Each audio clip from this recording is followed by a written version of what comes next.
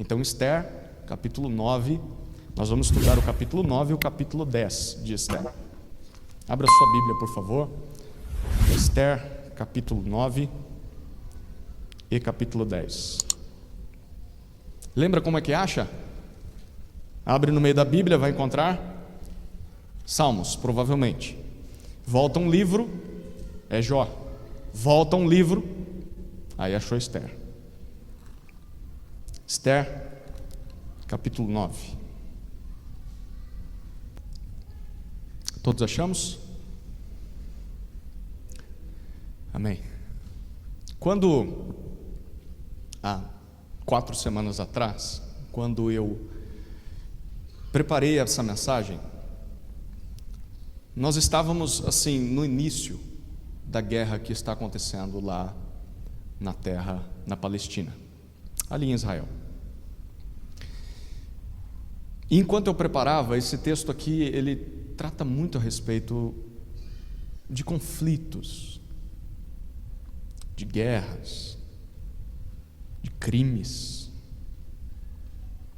inimizades, catástrofes, pecados, doenças, mortes. Eu não sei você, mas talvez durante esse período, recebendo notícias do outro lado do mundo, e não só lá de longe, mas daqui, onde nós vivemos, ao redor da sua casa, talvez dentro da sua casa.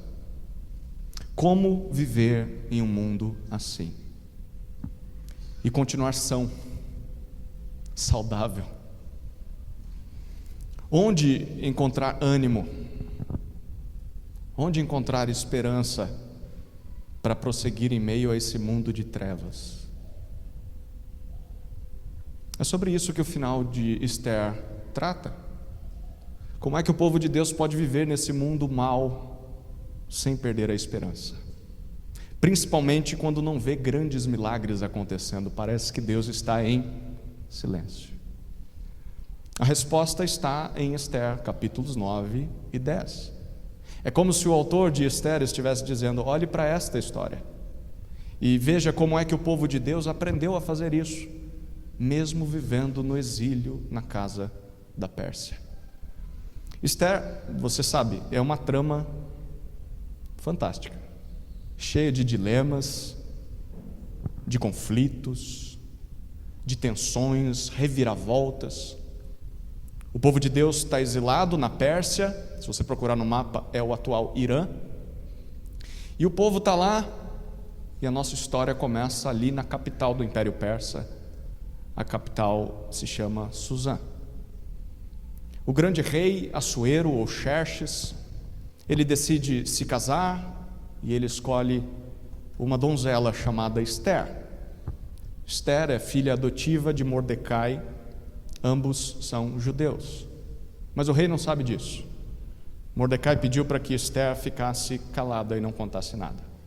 Tudo ia muito bem até que alguém se levanta, o segundo em poder em toda a Pérsia, Amã. Amã é o inimigo dos judeus. Ele decide aniquilar aquele povo. E ele convence o rei a emitir um decreto para que isso aconteça. Então, dentro de 11 meses, qualquer cidadão medo-persa pode se levantar, sair de sua casa, ir até a casa de um judeu, matar esse judeu, matar a sua família e ficar com tudo o que é dele. O que Esther faz?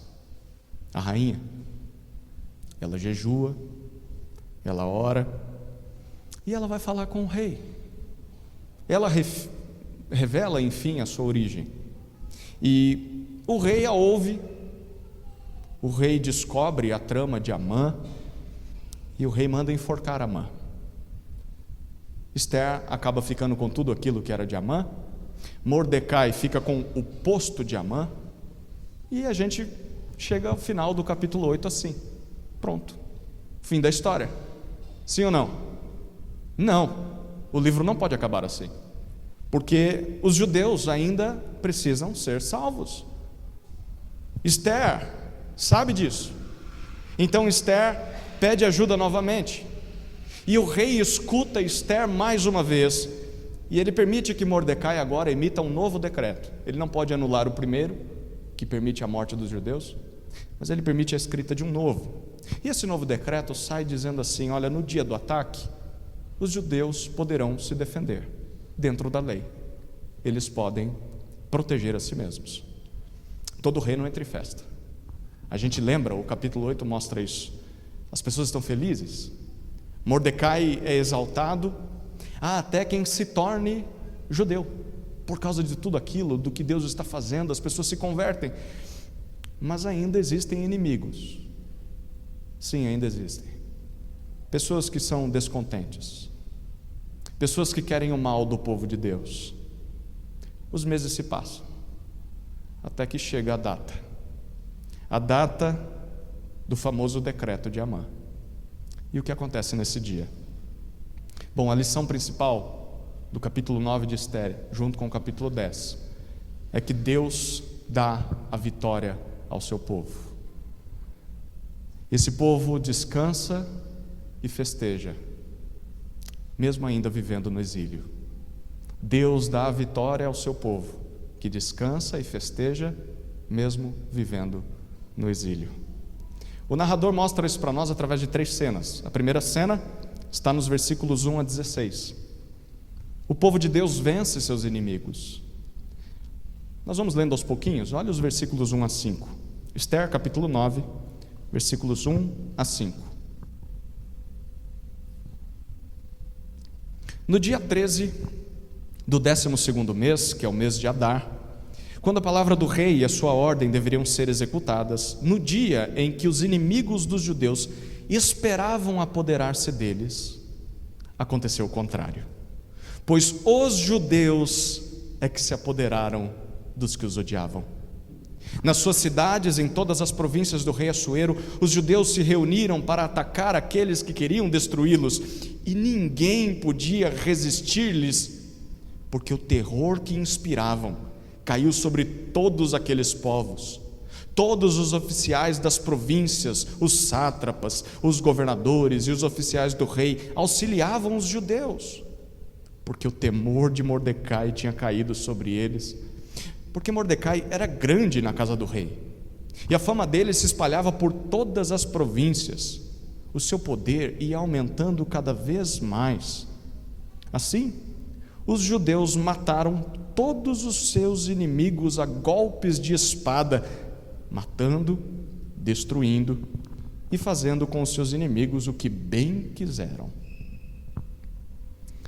O versículo 1 é uma espécie de resumo do que aconteceu naquele dia. O texto diz que no dia marcado para que os judeus fossem exterminados, aconteceu o contrário. Foram eles quem se apoderaram dos que queriam destruí-los.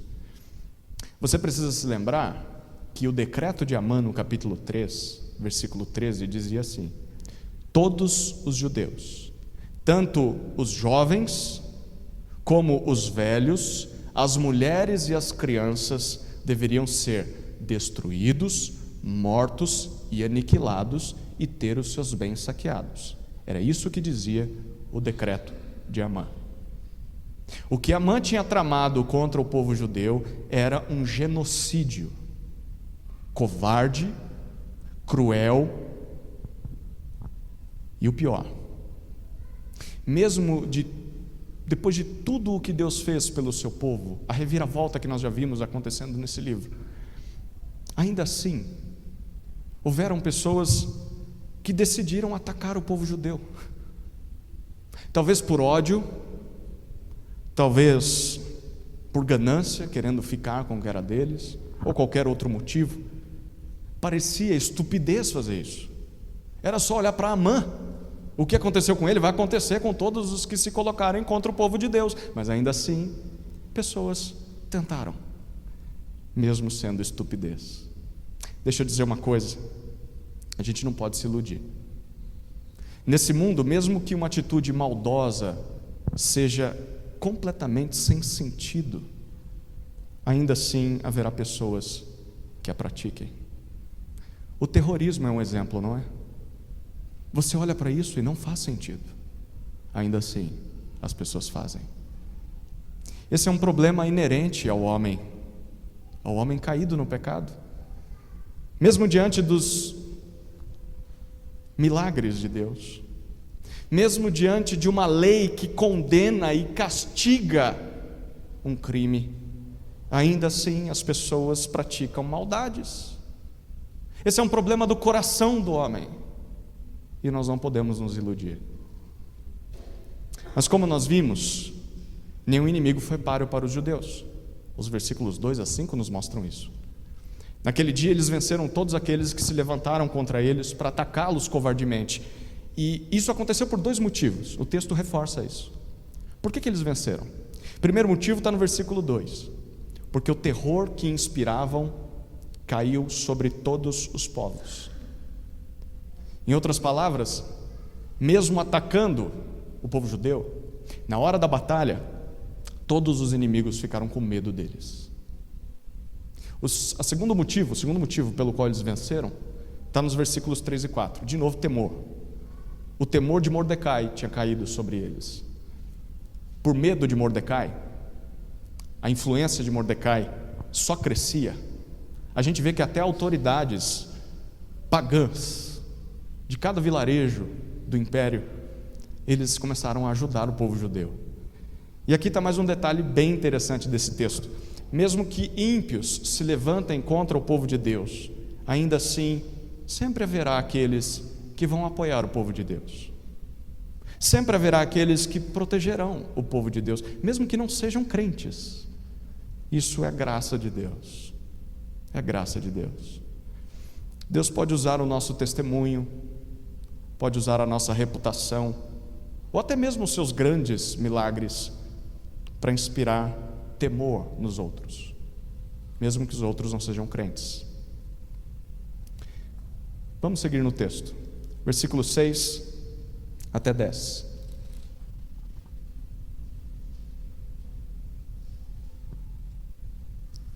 Na cidadela de Suzã, os judeus mataram e destruíram 500 homens. Mataram também Parsandata, Dalfon, Aspata, Porata, Adalia, Aridata, Farmasta, Arizai, Aridai e Vaizata, que eram os 10 filhos de Amã, filho de Amedata, o inimigo dos judeus. Porém, no despojo não tocaram. Então é uma boa lista de nome para dar para um filho, né? O narrador descreve para nós agora mais detalhes de como foi a vitória do povo, e ele começa pela cidadela de Suzã, a capital do império. Nós vimos que 510 homens foram mortos. A ênfase aqui do texto é os 10 últimos, que são os filhos de Amã, que era o inimigo dos judeus. E repare na frase que vai se repetir algumas vezes nesse texto, no final do versículo 10. Porém, no despojo não tocaram. Isso vai ser importante daqui a pouco. O texto continua, e agora eu te convido a ler os versículos 11 a 15. No mesmo dia, o rei foi informado do número dos mortos na cidadela de Suzã. O rei disse à rainha Ester: na cidadela de Suzã, os judeus mataram e destruíram 500 homens e os 10 filhos de Amã. E nas demais províncias do rei, o que será que fizeram? E agora, qual é o seu pedido? Peça, lhe será dado. Você tem ainda algum outro desejo? Será concedido. Então Ester disse: se for do agrado do rei, permita aos judeus de Suzã que também amanhã façam segundo o decreto de hoje e pendurem em forca os cadáveres dos 10 filhos de Amã. Então o rei ordenou que assim se fizesse. Um decreto foi publicado em Suzã e os cadáveres dos 10 filhos de Amã foram pendurados na forca. Os judeus de Suzã se reuniram também no dia 14 do mês de Adar e mataram 300 homens em Suzã. Porém, no despojo não tocaram. Ao término do dia, o rei foi informado sobre quantos homens morreram na capital do império: 510. 510 homens.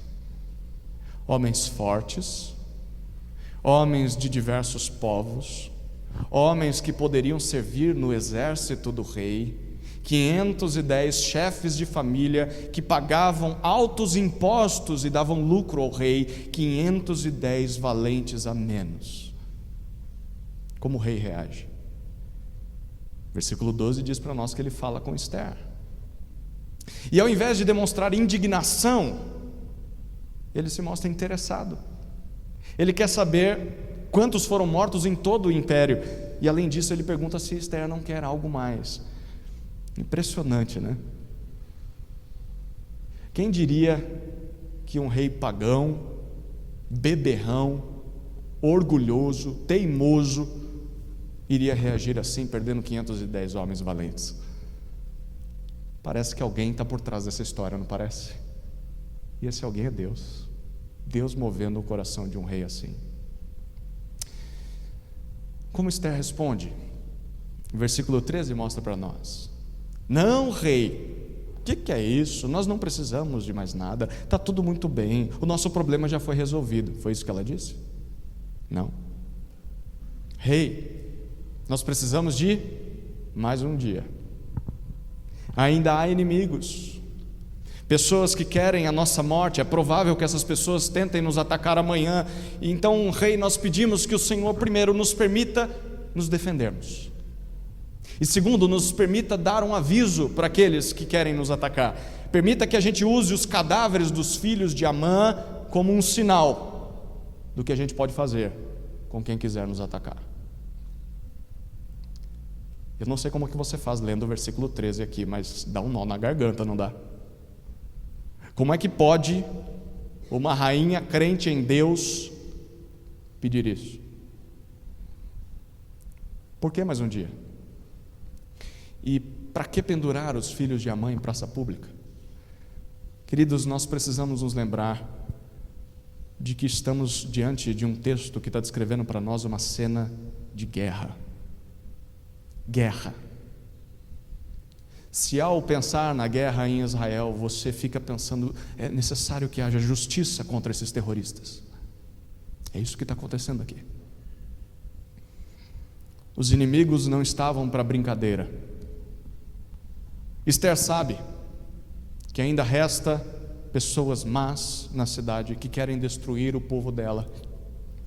E ela sabe também o que é que pode intimidar essas pessoas. Esther é crente, mas Esther também é prudente. Esther entendeu que está vivendo em um mundo difícil, um mundo caído em pecado. E Esther sabe que viver aqui nesse mundo nem sempre é simples. Talvez você já tenha percebido isso, né? Há momentos em que decisões difíceis precisam ser tomadas. Decisões que precisam ser tomadas para que o pior não aconteça. Esther, ela não está pedindo para atacar ninguém. Ela simplesmente quer sobreviver. Ela está pedindo para que o seu povo possa se defender de pessoas cruéis que querem dizimar o povo dela. Queridos, nesse mundo mau nós não podemos ser ingênuos. Há momentos em que nós devemos sim fugir de conflitos. E se você puder fazer isso, deve mesmo. Mas se não for possível evitar os conflitos, nós não podemos ver os nossos entes queridos sofrer nas mãos de pessoas más, sem que a gente faça alguma coisa para protegê-los. Nem sempre as leis vão impedir os homens de nos fazer o mal. Nem sempre. O mundo está aí para provar isso. O noticiário está aí para provar isso.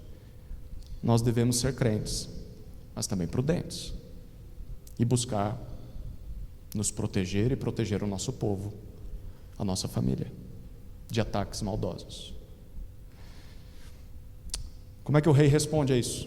O rei concede a Esther o que ela pediu, e o texto termina, versículos 14 e 15, dizendo que no dia seguinte mais 300 homens, Esther estava certa, tinha gente que queria matar eles ainda, mais 300 homens são mortos. E novamente no versículo 15 nós lemos a frase pela terceira vez: porém, no despojo não tocaram. Eu falei terceira vez, acho que é a segunda, né? Versículo 16, vamos ler o 16. Também Os demais judeus que viviam nas províncias do rei se reuniram e se organizaram para defender a vida e se livrar dos seus inimigos. Mataram 75.000 dos que os odiavam, porém, terceira vez, no despojo não tocaram. O mesmo que aconteceu na capital, também acontece nas outras províncias do rei. Somando, a gente vê que os inimigos mortos, 75.000 homens. Lembre-se, homens sanguinários, homens que tentaram invadir a casa dos judeus, matar os judeus, juntamente com sua esposa, seus filhos, seus idosos, seus bebês de colo, as mulheres grávidas, matar todos e sair com os bens deles. Pela terceira vez lemos, porém, no despojo o povo de Deus não tocou. Por que isso? Por que repetir essa frase 3 vezes? Lembra que Amã, o inimigo dos judeus, era descendente de Agag? Lembra disso? A gente falou isso lá atrás. Por isso que ele é chamado de Agagita. Agag foi o rei dos Agagitas. Agag aparece em 1 Samuel capítulo 15. Deus mandou o rei da época, o rei de Israel, Saul. Saul deveria matar Agag por todas as suas atrocidades, como a que esse povo, os inimigos, estão fazendo aqui. E ele deveria destruir completamente Agag, todos os seus soldados, todo o seu povo.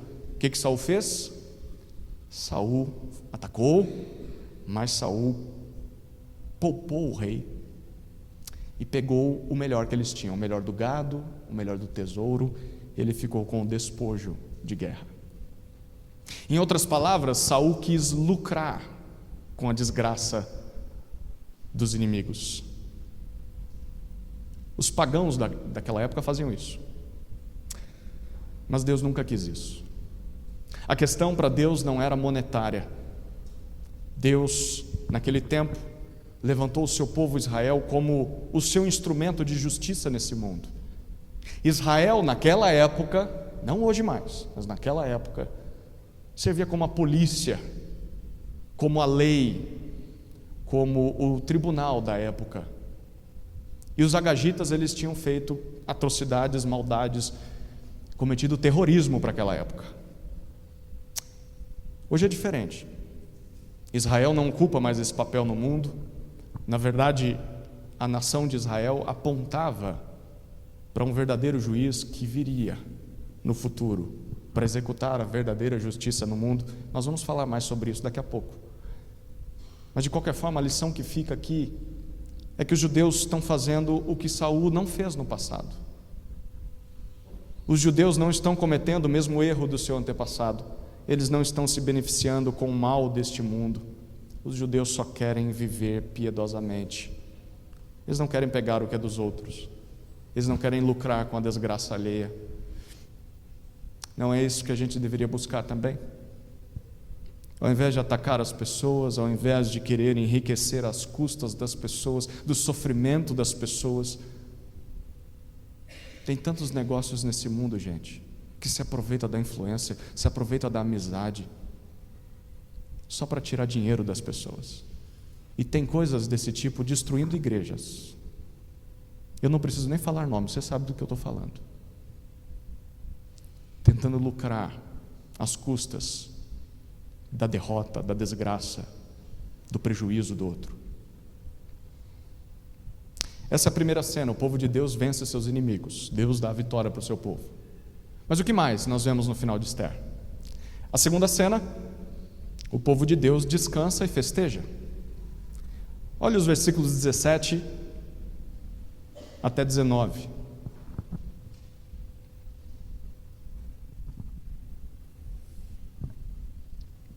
Isto aconteceu no dia 13 do mês de Adar. No dia 14, descansaram. E fizeram dele um dia de festa e de alegria. Mas os judeus de Susã se reuniram nos dias 13 e 14 do mesmo mês. Descansaram no dia 15. E fizeram dele um dia de festa e de alegria.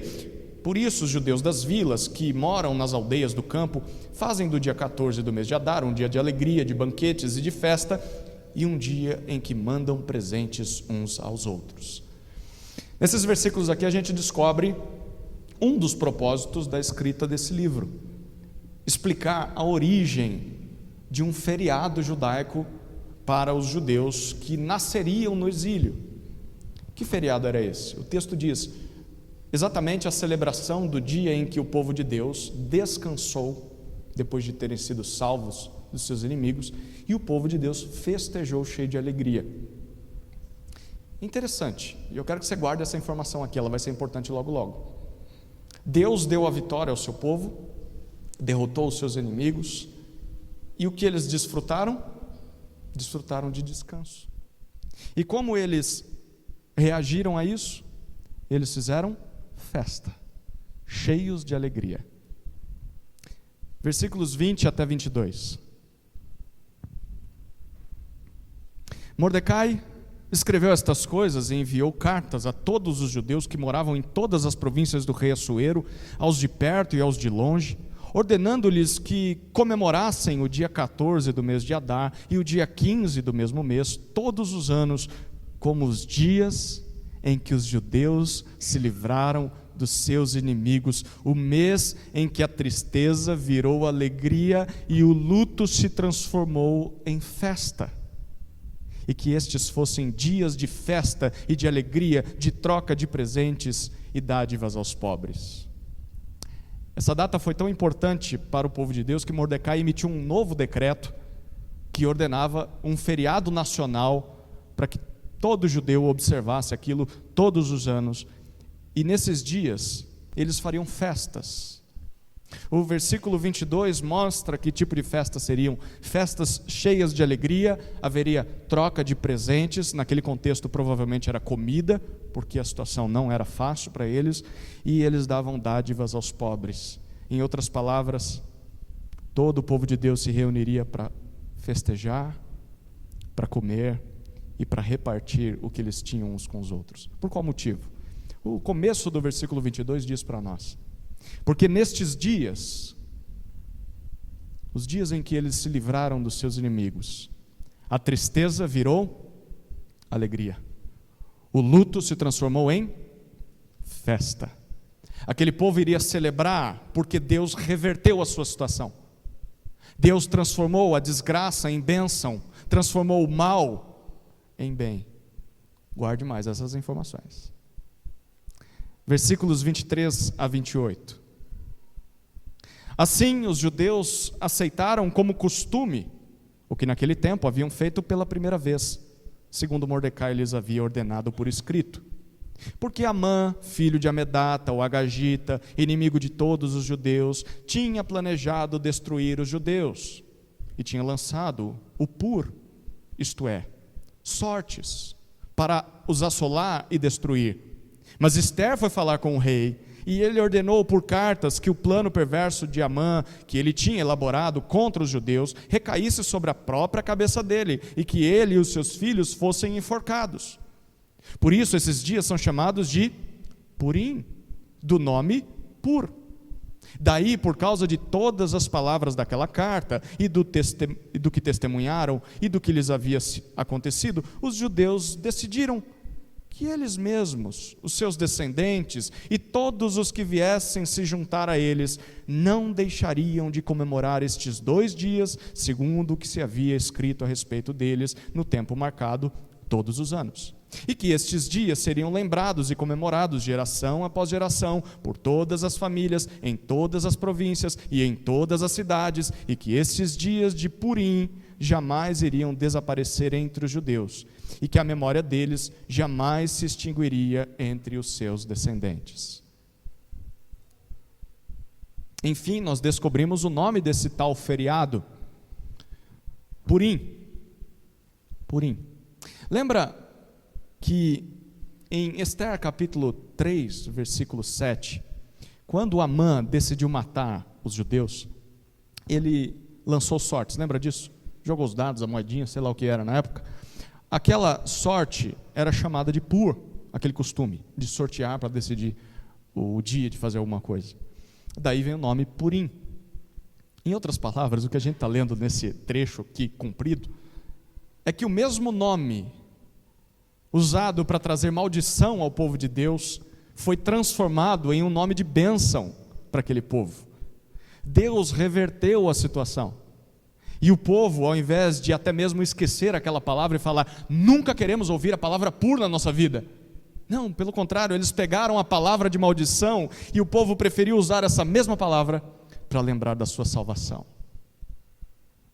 E eles não só fariam festa, como ensinariam as próximas gerações. Ensinariam os seus filhos, os seus netos, quem se achegasse ao povo, sobre o significado daquela palavra e daquela festa.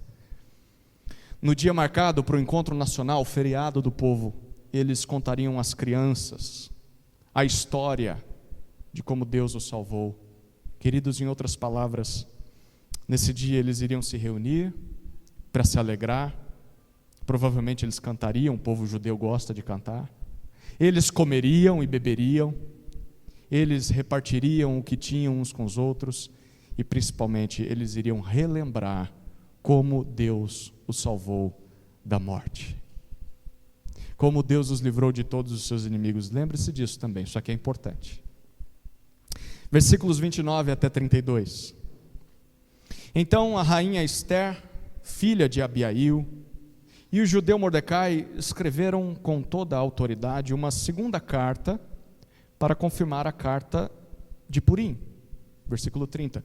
Mandaram cartas a todos os judeus, a 127 províncias do reino de Assuero, com palavras amigáveis e sinceras, para confirmar estes dias de Purim, nos seus tempos determinados, como o judeu Mordecai e a rainha Ester lhes haviam ordenado, e como eles mesmos já o tinham estabelecido sobre si e sobre a sua descendência, a respeito do jejum e do seu lamento.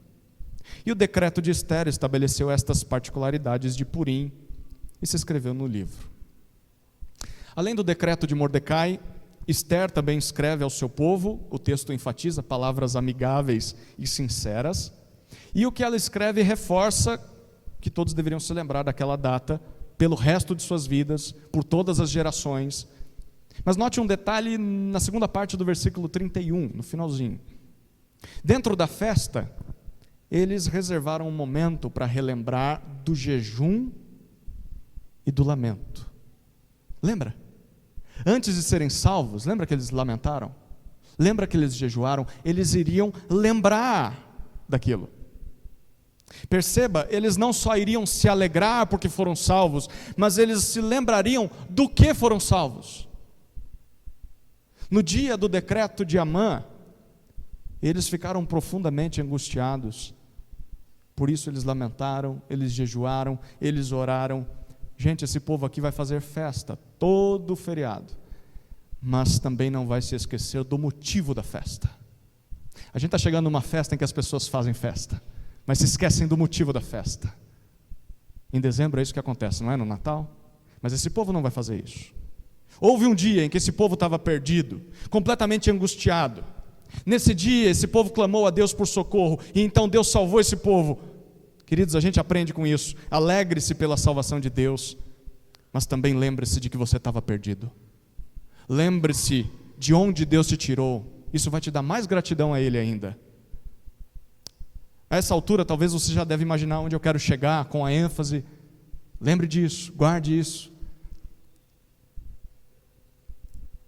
Existe algum outro povo que estava completamente perdido? Algum outro povo que estava nas mãos dos seus inimigos, destinado à morte, mas que foi salvo por Deus, quando clamou, de forma milagrosa, de forma imerecida, Deus o salvou. Existe algum outro povo que, depois de salvo, é chamado por Deus a fazer festas regulares, a cantar alegremente, comer e beber, recontar aos outros, aos seus filhos, como Deus o salvou? Existe algum outro povo? Olha para o lado. Nós somos esse povo. O que aconteceu com o povo de Deus na Pérsia do 5º século antes de Cristo nada mais é do que um vislumbre, uma demonstração do que Deus estava para fazer, não só pelo povo judeu, mas por toda a humanidade. Nós, queridos, estávamos completamente perdidos em nossos delitos e pecados. Nós éramos escravizados por nossos inimigos, sejam eles quem forem. O pecado era o nosso inimigo, a ganância, o orgulho nos escravizava, a luxúria nos escravizava, a imoralidade, os vícios, os prazeres, o medo nos dominava, a doença nos assolava, a morte trazia medo para nós. Nada do que nós pudéssemos fazer era capaz de nos livrar dessa desgraça. Nós estávamos abandonados à nossa própria sorte, mas Deus transformou a nossa maldição em bênção. Deus enviou o seu Filho Jesus a esse mundo para tomar sobre si todos os nossos fardos, toda a nossa desgraça, e fosse pendurado em uma cruz, se tornando maldito em nosso lugar. Ali naquela cruz, a cruz de vergonha e dor, Jesus reverteu a nossa sorte. Jesus nos comprou a salvação. O que antes para nós era sinal de morte, sinal de destruição, a cruz maldita, hoje é sinal de salvação por causa de Jesus Cristo. Jesus lutou contra os nossos inimigos, Jesus pendurou cada um dos nossos inimigos naquela cruz, com a sua morte, com a sua ressurreição. Jesus derrotou os nossos inimigos completamente, comprando para nós uma passagem só de ida para o seu descanso eterno. Nesse descanso não haverá mais lágrima, não haverá mais pecado, não haverá mais morte. E o que Deus espera que a gente faça até que esse dia chegue? À luz do que a gente está lendo nesse capítulo, Deus espera que a gente faça nada menos do que festa. Que a gente se reúna regularmente para celebrar, para cantar, para comer, para beber. E nesses dias de encontro, nós devemos recontar a história de como fomos salvos. Pregar uns aos outros, pregar às crianças, como Deus reverteu a nossa desgraça, como Deus transformou a nossa desgraça em bênção. Pois bem, todo domingo nós podemos fazer isso. Já parou para pensar nisso? Quando a igreja de Jesus se reúne todo domingo, ela canta alegremente por sua salvação, ela participa da ceia do Senhor, ela come e bebe, ela ouve a pregação da palavra de Deus, que nos lembra como nós somos salvos por Cristo. Deixa eu dizer, é por isso que você deveria fazer parte de uma igreja. Se você não faz parte de uma igreja, olhe para esse texto e entenda que Deus quer que você seja parte de uma comunidade que se reúne semana após semana para fazer isso. Mas não só isso, Deus também quer que você valorize estar junto com outros irmãos durante a semana. Olha o grupo de discipulado aí. Olha a oportunidade de ver o seu irmão. Deus quer que você jejue e ore com o povo de Deus. Que oportunidade nós temos tido nas vigílias de jejuar e orar. Deus quer que você reparta, oferte aquilo que você tem com os outros. Deus quer que você cultue alegremente a Ele todo domingo. Deus quer que você participe da ceia, da mesa do Senhor. Queridos, o domingo deveria ser o ponto mais alto da nossa semana. Esse encontro aqui deveria ser o ponto mais alto da nossa vida. Nós deveríamos encarar esse momento como um decreto da parte de Deus para nós, o dia em que nós nos reunimos como povo salvo por Deus para celebrar a nossa salvação. O dia em que nós lembramos da nossa tristeza que foi transformada em alegria, o nosso luto se transformou em festa. E nós deveríamos fazer isso até o dia em que chegaremos, enfim, no nosso destino eterno, verdadeiro descanso, novo céu e nova terra, onde nós nunca mais vamos sofrer nas mãos de Satanás, do pecado ou da morte. Essa foi a segunda cena, o povo de Deus descansa e festeja, celebrando a salvação de Deus. Poderíamos terminar aqui, mas o autor de Esther não terminou.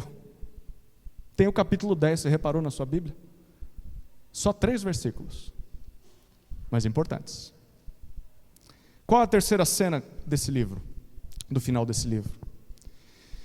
É a cena que nos lembra de que o povo de Deus continua no exílio. O povo de Deus continua no exílio. Olhe comigo o versículo 1 do capítulo 10. Depois disto, o rei Assuero impôs tributos sobre a terra e sobre as terras do mar. Depois de tudo que nós lemos nesse livro, de como Deus livrou o seu povo, de como Deus moveu o coração de Assuero para atender os pedidos de Ester, ofereceu para ela metade do reino. O que nós lemos aqui soa como algo bem decepcionante.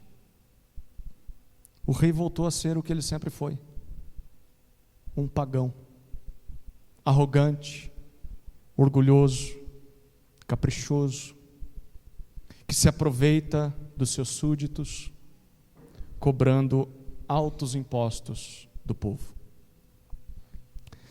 Deixa eu fazer um comentário aqui. Se você acha os impostos de hoje pesados, e você está reclamando porque as coisas estão ficando mais caras, dá um Google essa semana, não agora, mas pesquise um pouco sobre os impostos daquela época. E talvez você vai até agradecer pelos impostos que tem que pagar hoje. Basicamente, o rei persa, ele tirava quase tudo da população. E ele fazia isso de propósito, para que o povo que estava subjugado por ele sempre continuasse miserável. E esse povo sempre fosse dependente dele e nunca tivesse forças para fazer uma rebelião. Que notícia triste, né? Ao que parece, nem a influência positiva de Ester e de Mordecai foi capaz de mudar o coração de Assuero, de mudar a política governamental daquele homem. E o que isso significava?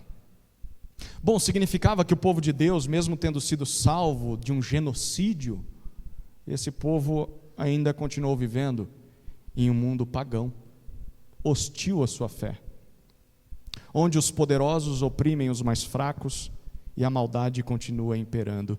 Sabe o que isso nos faz lembrar?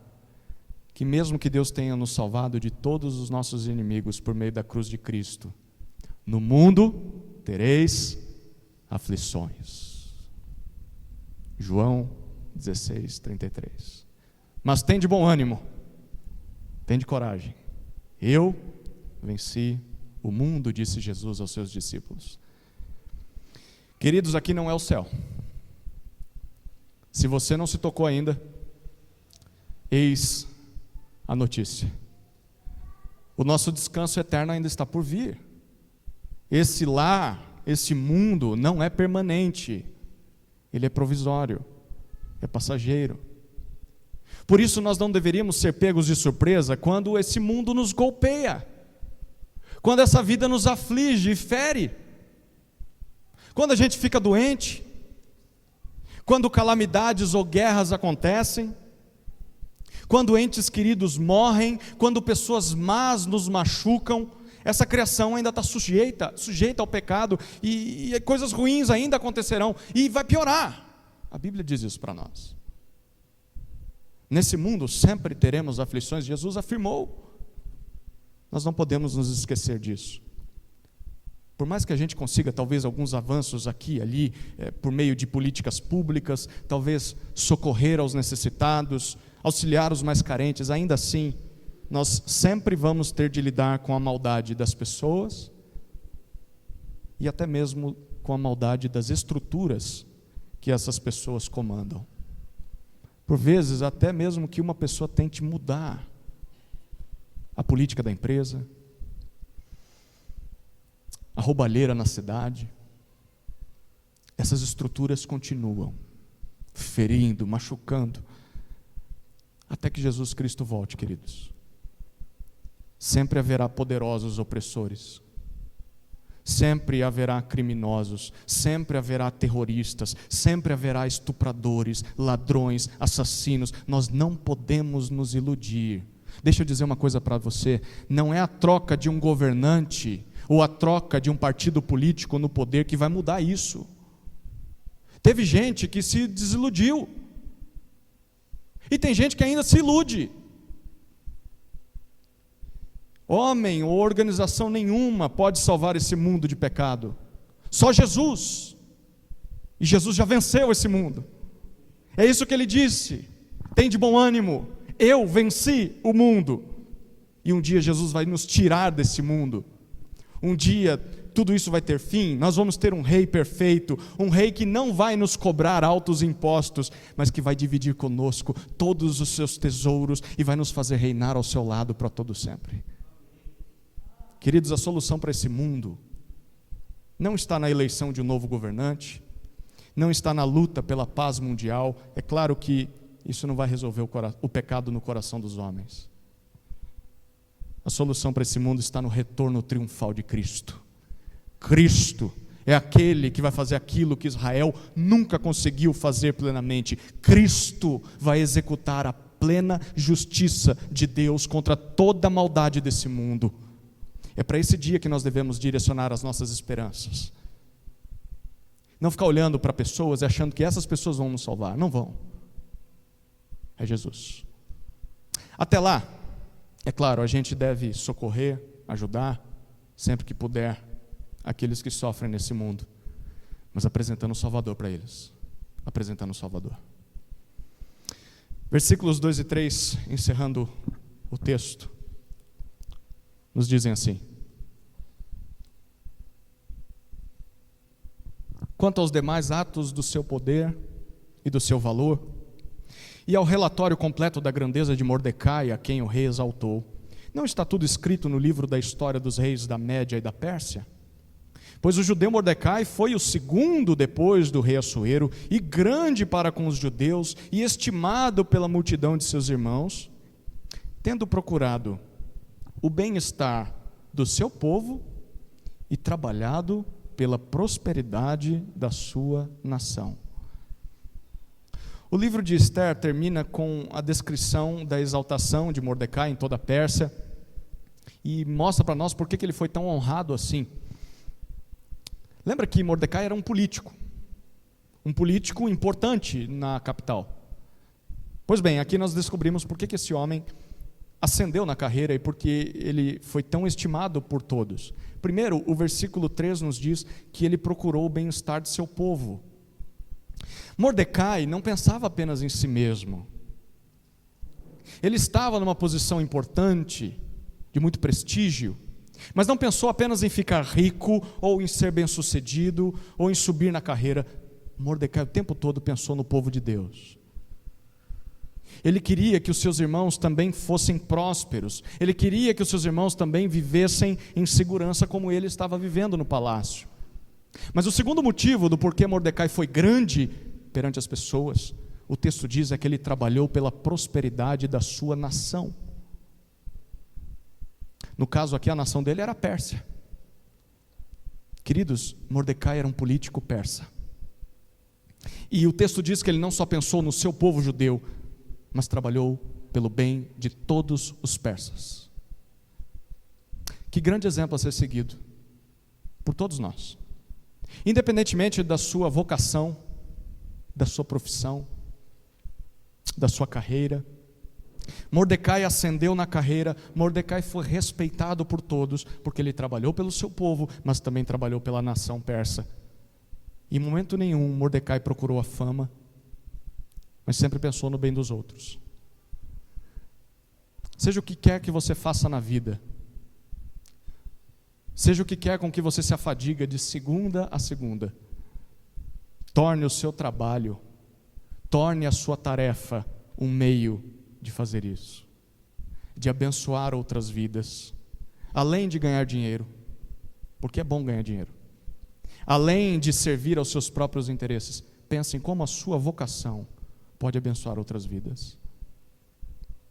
E quando Mordecai subiu na carreira, quando ele ficou famoso, ele foi honrado, ele ganhou o respeito de todos. Mordecai não deixou que isso subisse a cabeça. A gente viu que ele continuou humilde, ele continuou fiel, continuou generoso, como sempre foi, como quando não tinha nada. Será que é o que nós temos feito? Ou será que é o que nós vamos fazer se um dia Deus permitir que a gente ascenda na carreira, na vida? E principalmente Mordecai não só trabalhou pelo seu povo, mas trabalhou por todos os cidadãos do império. Mesmo que aquelas pessoas fossem pagãs, mesmo que fossem ímpias, mesmo que fossem adoradoras de deuses falsos. Deixa eu dizer aqui, é vergonhoso cristãos assumindo cargos públicos, cargos políticos, só para promover o bem-estar da sua igreja, da sua própria denominação, ou talvez apenas o bem-estar de crentes. O seu trabalho não deveria ser um defensor da sua igreja, dos crentes, mas pensar no bem de todo o povo que ele representa. Se a cidade, se o estado, se o país prosperar, todos vão ganhar. Queridos, Mordecai é um exemplo de que é possível se envolver, sim, com questões políticas, com questões governamentais, com questões de segurança pública, sem se corromper. Talvez você já tenha condenado essas profissões e dito, isso aí não presta, todo mundo é corrupto. Mordecai, não. Ele conseguiu, na casa da Pérsia. Isso mostra para nós que é possível, sim. E além de fazer um bom trabalho, fazer o bem às pessoas. Não se corromper, ainda fazer o bem às pessoas. Nós deveríamos sim estar presentes nesse meio. Deveríamos sim fazer diferença nesse meio, com um genuíno testemunho cristão. Talvez você jovem que está escolhendo a sua profissão, a sua carreira no futuro, considere isso. Não condene essas vocações. Você pode estar lá dentro, sem se corromper, e abençoar vidas. Esses ambientes precisam de crentes. Precisa de gente fiel a Deus, que mostre a luz de Cristo lá, em meio às trevas. Quem lembra as 3 cenas que a gente viu nesse texto? Agora é vestibular, né? O povo de Deus, primeiro, o que aconteceu? Venceu seus inimigos, lembra disso? Deus deu a vitória para eles. O povo de Deus descansou e fez festa. Eles relembraram a salvação de Deus. Mas a terceira cena é que esse povo ainda continuou no exílio. O povo de Deus continuou nesse mundo de pecado e de morte, aguardando o perfeito descanso na nova criação. O último texto que você vai abrir nessa noite, nessa mensagem pelo menos, é um texto que é um eco desse capítulo, desses 2 capítulos. Segunda carta de Paulo aos Tessalonicenses, capítulo 1. Abra, por favor. Segunda carta de Paulo aos Tessalonicenses, capítulo 1, versículos 3 a 12.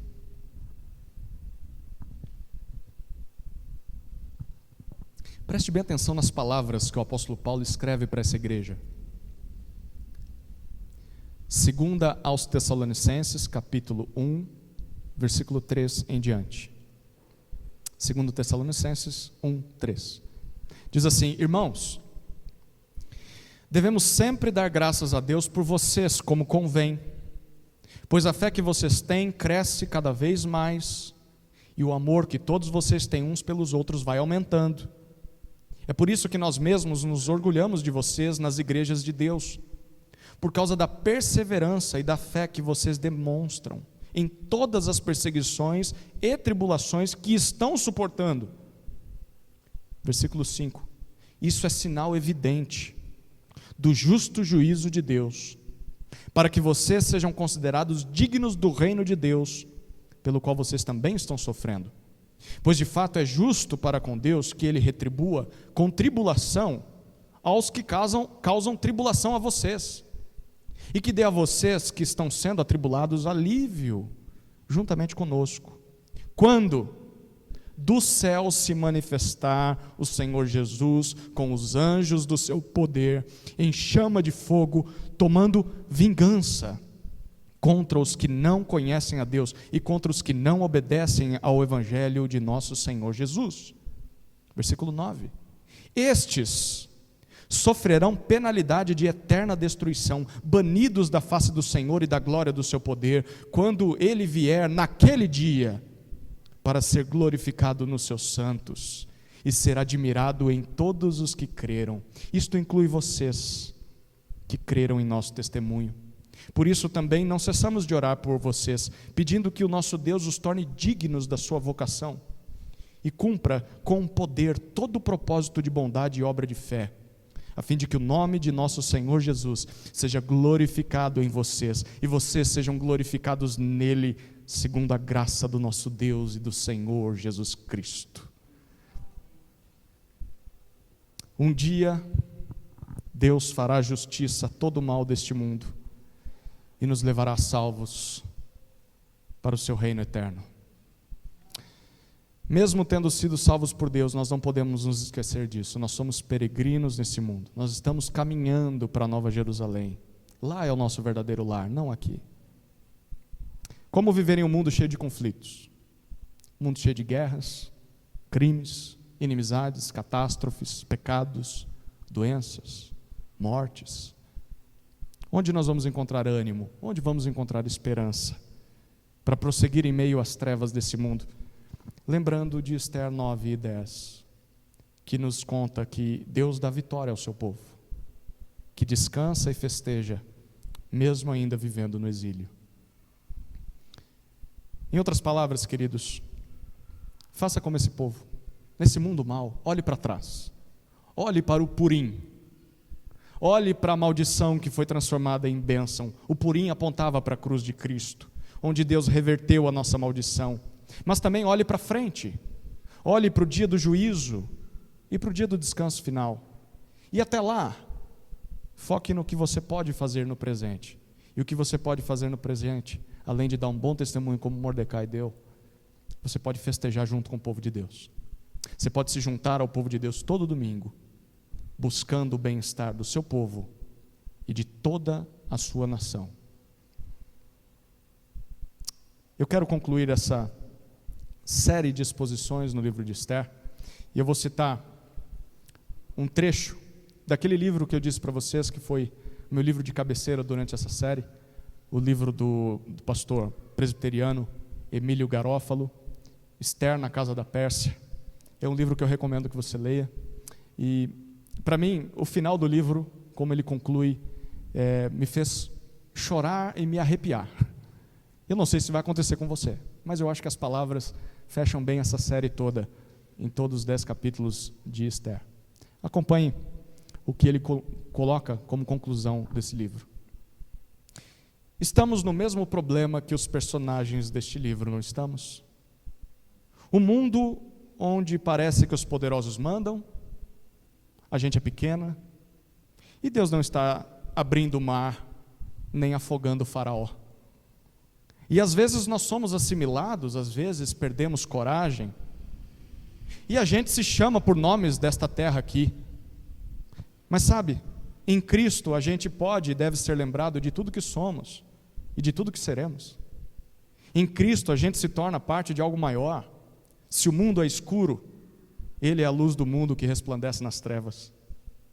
Esther é um livro que nos ajuda a viver em um mundo onde não vemos Deus atuando milagrosamente de forma cotidiana. Esther é sobre o dia em que se nos mudou a tristeza em alegria, o luto em festa. É sobre o fato de que, mesmo que aqui neste mundo onde vivemos exilados, pareça que Deus não está agindo, Ele está sim. Deus agiu de forma escondida nessa história, ao mesmo tempo escondido e presente. Aqui já podemos ter alegria, já podemos ter felicidade, regozijo, mas é sempre misto, sempre agridoce. Ele usa até sorteios, usa homens maus, aumentos de impostos, para levar adiante o seu plano de salvar um povo para si, de todas as tribos, todas as línguas, todas as nações. Tem um dia, ele usa Purim é belo, mas Purim é pouco para quem vive agora, depois da vinda de Cristo. Tem um dia ainda melhor, que aponta, por sua vez, para um dia espantosamente ainda melhor.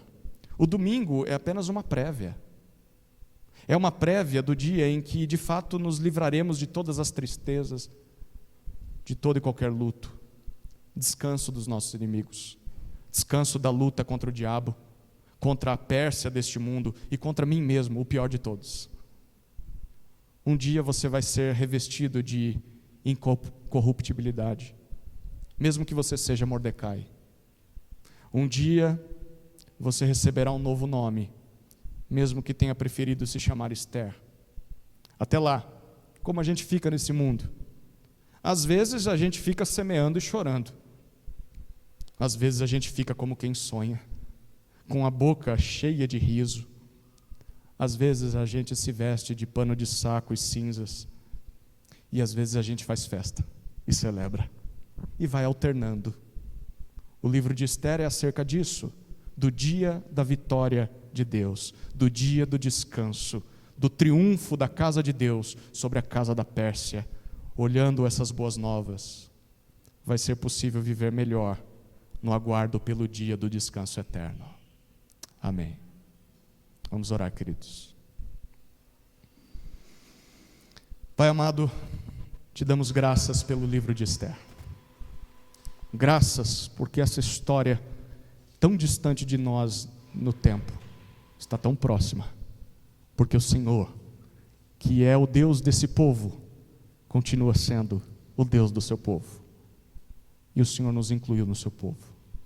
Te damos graças, Deus, por tudo o que aprendemos, por todo o encorajamento, todas as exortações que recebemos. E te suplicamos que o Senhor nos ajude a testemunharmos de Cristo na nossa geração. Vivemos na casa da Pérsia, vivemos nessa espécie de exílio. As pessoas não gostam de Jesus, e elas não gostam de quem ama Jesus de verdade, mas elas estão cegas. Dá-nos coragem, dá-nos amor, para que possamos apresentar para essas pessoas quem o Senhor Jesus é de fato. Ele não é alguém que veio para destruí-los, Ele é alguém que veio para redimi-los, para perdoá-los, para restaurá-los, como fez conosco. Possamos olhar para esse mundo não com ódio, mas com misericórdia, amando o nosso próximo e até mesmo os nossos inimigos, desejando que eles conheçam a Jesus para serem salvos e transformados. Dá-nos da Tua graça, Senhor, enquanto peregrinamos nesse mundo, até o dia em que cearemos contigo no novo céu e na nova terra. Até lá nós vamos nos reunindo, domingo após domingo, semana após semana, renovando os nossos votos, sendo encorajados e encorajando uns aos outros, servindo e sendo servidos, amando e sendo amados. Obrigado por essa igreja, obrigado por essa comunidade, Senhor.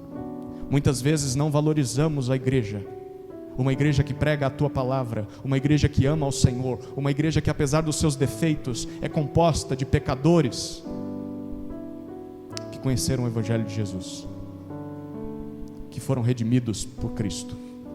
O Senhor ama a Tua noiva, o Senhor ama esse povo aqui, o Senhor nos ama. Quem somos nós para falarmos mal da Tua noiva? Quem somos nós para não amarmos a Tua noiva? Se nós amamos ao Senhor, o Senhor vira para nós e diz: então ame o meu povo, porque eu amo o meu povo.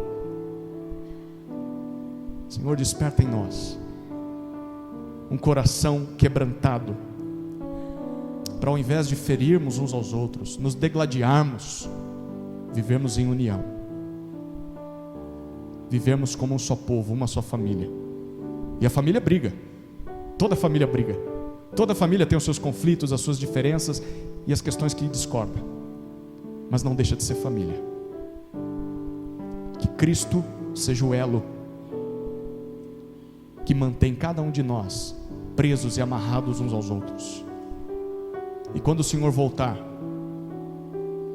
se o Senhor não nos levar antes, o Senhor possa encontrar essa igreja fiel, essa igreja de joelhos diante da Tua presença, cumprindo a Tua vontade, mesmo diante dos tropeços, Senhor, mesmo que não tenhamos grandes construções, mesmo que nunca venhamos a alcançar toda a Atibaia, mas que continuemos fiéis naquilo que o Senhor tem nos dado e unidos em Cristo. Esse é o nosso desejo, Senhor, em nome de Jesus, amém.